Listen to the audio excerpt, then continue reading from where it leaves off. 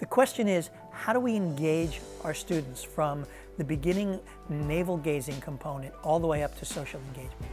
And the way we did this is rather straightforward and simple. As youngsters start to write about themselves and their lives, they begin to understand that the problems that they're expressing are not just about their own personal lives, that many of the students in that group share those same issues. That's a very key realization. Once you realize your own issues are shared by your community, you can begin to see how to move from your own self-engaged or self-referential world to a larger platform for expression.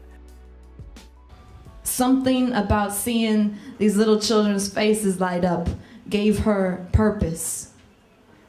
She had belt welts on her skin from where her daddy beat her, and tear stains through her makeup like rain's path down dusty windows.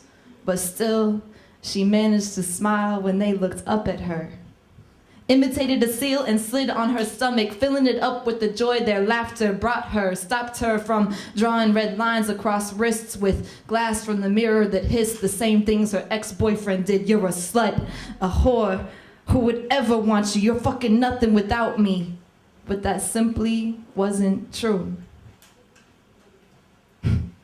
Their bright eyes gazed up at the wetness in hers and showed her what life looks like untainted.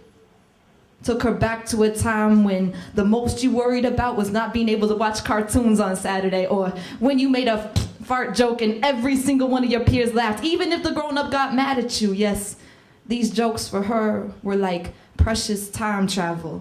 Unraveled the stress she was wound up in. Took her back to a time she was loved up in daddy's arms. He held her tight and didn't worry about paper, refugee status, immigration status, paper. Make that paper, where's my paycheck? She hands hers over and starts the next day, forcing a smile until the ones on their bright little faces make hers real.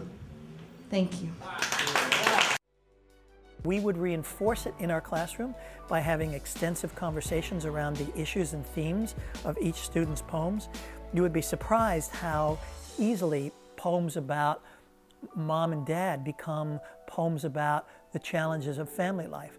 Poems about my boyfriend become poems about the political nature of relationships. What does it mean to be a male or a female in our society, and how do you relate? Poems about childhood and children become poems about how do you bring a child into this world. All of a sudden, your personal thoughts become very clearly aligned with the major issues of the day. This is something that needs to be reinforced by the educators. You need to have a community of people who want to talk about these things, but it's surprisingly easy once the students realize that their own lives are representative of the largest political issues in the country and the world.